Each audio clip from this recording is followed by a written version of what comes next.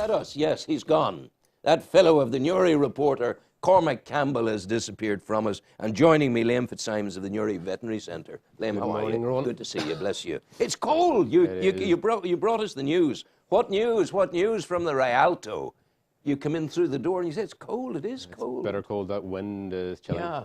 What is this doing? Have we creatures still out in the fields and on the hills? Have we farms that... Most of the farm animals are in. It's dogs need... A cat will always find somewhere to warm to curl up. But it's dogs do need some sort of protection. They sort of go looking around with big eyes. And cats can roam, whereas dogs are fixed within a backyard or something like that. Yeah. Also the wild birds. Whenever the water starts freezing, that's when we have to take care of. And food gets scarce. Yeah. And the birds... And it does make a big difference if you do feed. Yeah. But please don't feed bread. No, why not? Because bread's inclined to gather in the crop and swells. Oh, yeah, and you'll kill them. You can kill them. Yeah.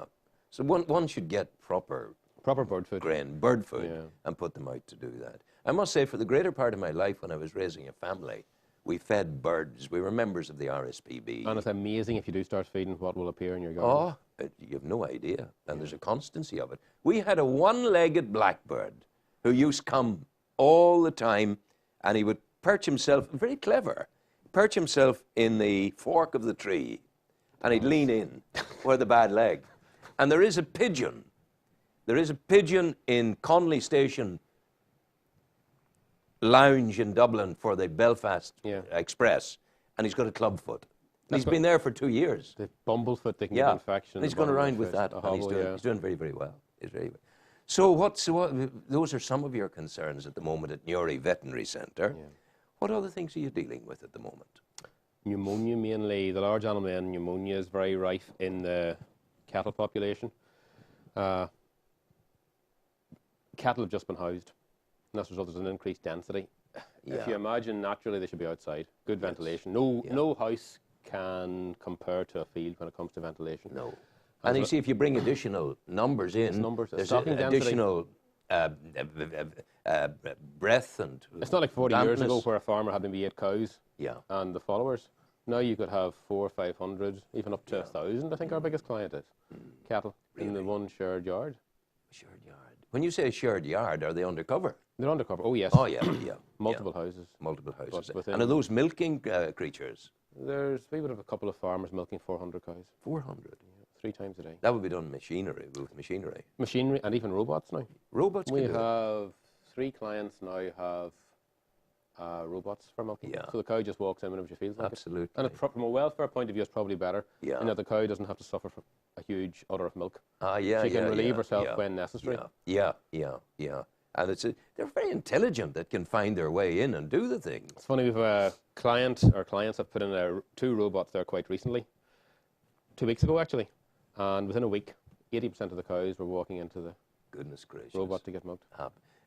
You know, I've seen and I've filmed a procession of cows, maybe 1,000 cows walking across, slowly across. It's the herd mentality. It's the wildebeest. Yeah, they're going. It's the wildebeest. I've seen it in African documentaries. It's the wildebeest. There they are, walking quietly and all the rest of it. The turkeys have had a good year so far. Not for much longer. The weather, it was in the Irish Times yesterday, the weather was very, very good. There's a Tipperary bird farm called Crow, would you believe? They've been in the business. They're farmers in Tipperary, Crow, and they're doing their thing there. And they're saying the turkeys had a great time up to now. The weather was so good, they were out in the fields, and rather than sort of hunkering in at the side of the hedges, they were out in the middle of the field. But I wonder what percentage of turkeys are free range. Yeah, there's a question. It's probably quite small. Yeah. I saw there's Dundrum in Dublin. That's terrible that they're small. And what are they being fed? Yeah. Push. Just to get the weight on. And that's why there's no flavour anymore in anything. Exactly. Yeah. I saw there was a marvellous little documentary on Sunday about the supermarkets at Christmas time and how they're putting the flavour back into Brussels sprouts, the way we used to have them years ago. Yeah. And there's a whole science of doing that, and they're trying to do it. They're trying to make them more palatable, I think. Palatable. People don't like. It's the last I love sprouts. Yeah, properly cooked. When there's al dente, as they say. Al dente. Rather than soggy, soggy and wet. and awful. Yeah. So how is the welfare of the bird? Oh, well, the turkey, the ultimate welfare is gone. He's going to die. But when it comes to the slaughter, the killing, what are the controls and what are the observational practices to make sure it's all done correctly? There's a vet in every abattoir. Yeah. Should it be for 4 hooves or 2 feet in the case of Yeah. birds? The birds, with chickens, the chickens are actually harvested with machines in a lot of places. Yes. This is the combined harvest and then just Yeah. rolls them into cages. They're transported to the factory in cages. Maybe this is too gruesome for this hour of the morning. No, we'll just... They're taken up, hung by their feet. Yeah, and they're still alive at that They're stage. still alive. Yeah. Their head trails through a shallow pool of water. Yes. And that causes electric current to stun them.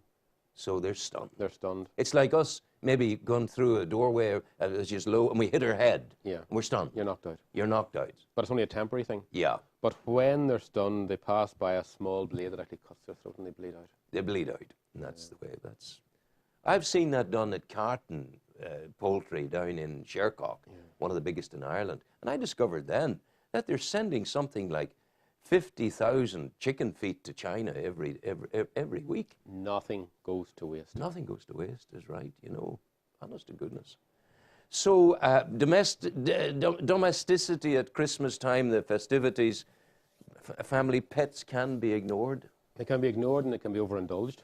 You need to be very careful what you feed your dog at Christmas. Not chocolate. Not chocolate, not raisins. Not pudding, raisins. not chocolate, or Christmas cake, pudding. Yeah. Stuffing as well, onions, garlic, Yes. leeks are all poisons to dogs.